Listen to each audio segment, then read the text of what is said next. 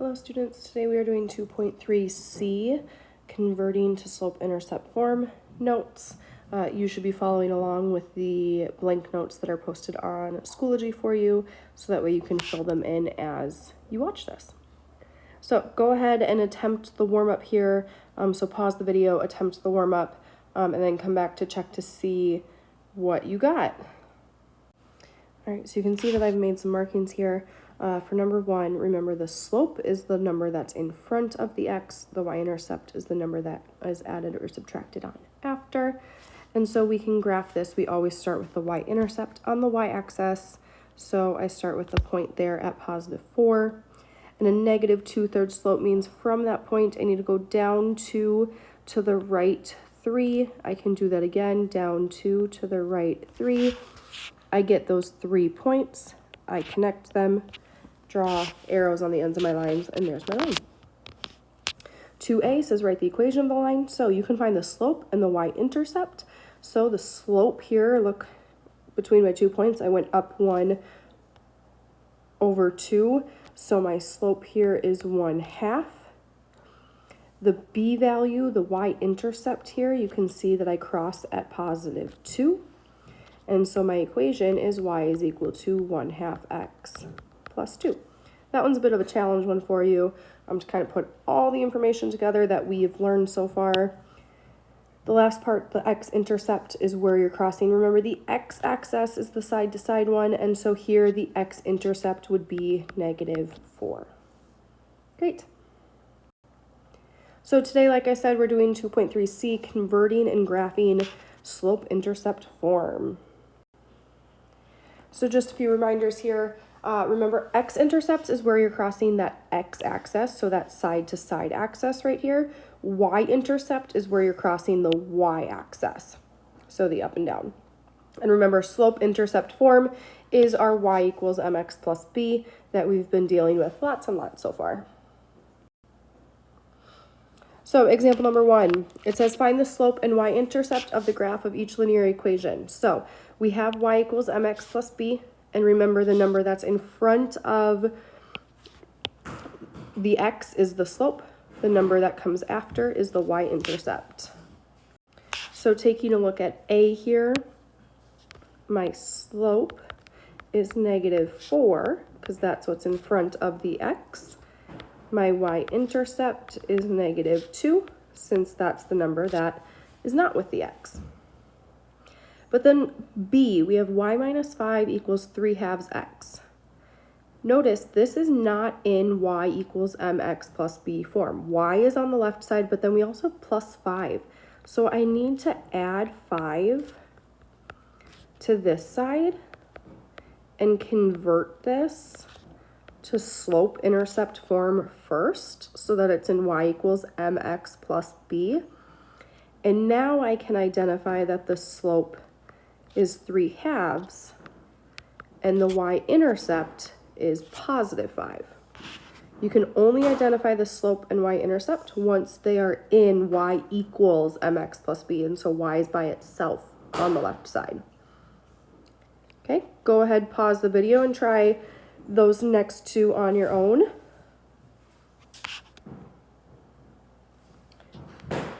Okay, so here we get our slope of 3, our y-intercept of -7. For this one, you had to add the 1 over, and so that you got it to be y equals -2/3 x plus 1. And so we get the slope to be -2/3 and the y-intercept to be +1. Example 2, doing the same thing, finding the slope and y-intercept of each linear equation. So y minus 2 is equal to 3x. We need to be careful. We have to add that 2x over to get it into slope-intercept form first. And now we can identify that the slope, notice I've been using m for slope, because that's our variable we use for slope, is 3. And our y-intercept, which I've been using the letter b for that, is +2. This next one's a little different. 2x plus y equals 7. This time, x and y are both on the left. we have to get y alone. So I need to get this y by itself. The 2 is positive, so we're going to subtract the whole section, 2x to the other side. And that gives us y equals negative 2x plus 7, because the 7 is positive, so that's why the 7 has to stay positive. It was the 2x that we subtracted to the other side, so the negative had to stay with the 2x. Now we can identify that the slope is negative 2 and the y-intercept is positive 7. All right, getting to example number 3, we are practicing our graphing. Y is equal to negative 3x plus 3, and then it says identify the x-intercept here. So again, M and B, M stands for slope, B stands for the y-intercept. Those come from our equation. So M is negative 3, B is positive 3. We always start with our y-intercept on the y-axis, and that's going to be right there at positive 3. And to do a slope of negative 3, remember we always want to turn this into a fraction, and we're going to turn this into negative 3 over 1. So that way we have a top number and a bottom number. The top number is the rise, and then the bottom number is the run. So in this case, we want to come down 3 spaces and then over 1 space. We can do that again, down 3 spaces, over 1 space. We get our line, put the arrows on the end, and there's our graph. Now, this next part is asking us for the x-intercept, meaning where are we crossing on this x-axis right here?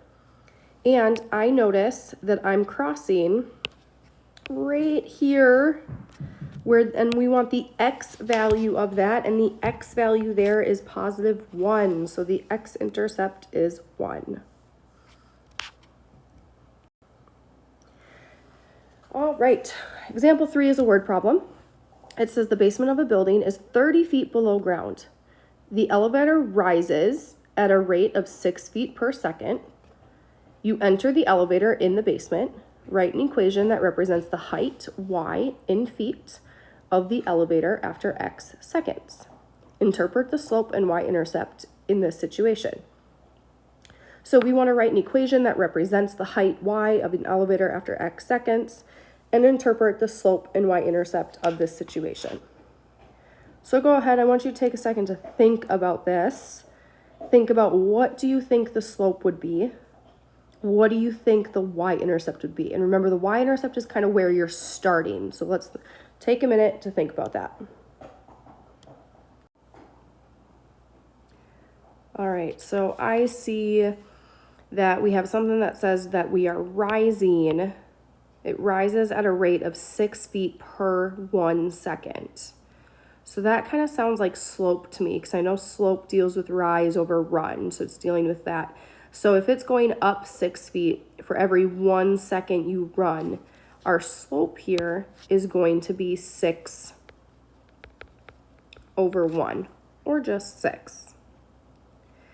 Then it's telling us that you enter the building, you enter in the basement. So that's where you're starting. And the basement is 30 feet below ground. So we want to be 30, we want 30 to represent that we are below ground. Meaning, I think that we want to have that be negative 30. So our equation is going to be y equals 6x, because 6 was our slope, minus 30.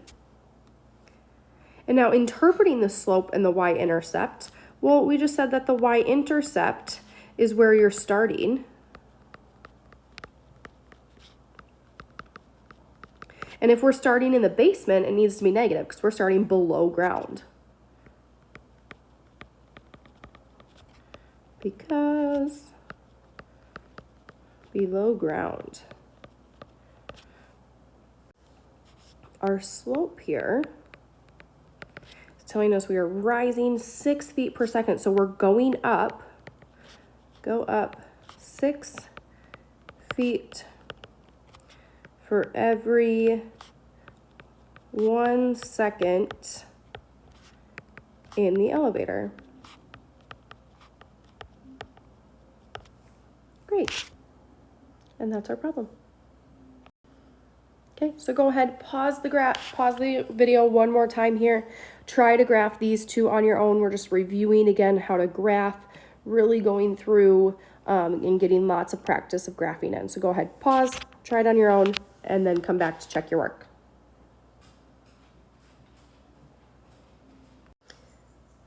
All right, here are your two graphs. We started with the y-intercept. On this first one, it was -4.